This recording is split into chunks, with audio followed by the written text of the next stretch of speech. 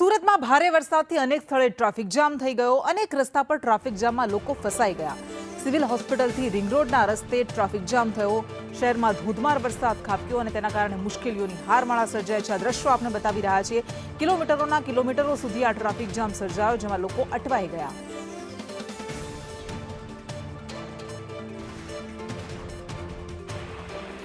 સુરત શહેરમાં ધોધમાર વરસાદ વરસી રહ્યો છે, જેને પગલે ઠેર ઠેર ટ્રાફિક જામની સમસ્યા થઈ છે। ત્યારે સુરતના રિંગ રોડ વિસ્તારમાં જોઈ શકાય છે કે બ્રિજની ઉપર જે વાહનોના પૈડા છે તે થંભી ગયા છે।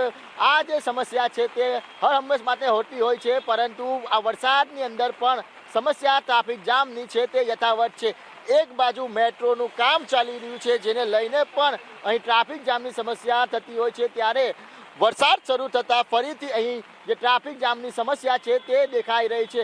અનેક વાહનો છે તે ત્યારે ટ્રાફિક જામની અંદર ફસાઈ ગયા છે।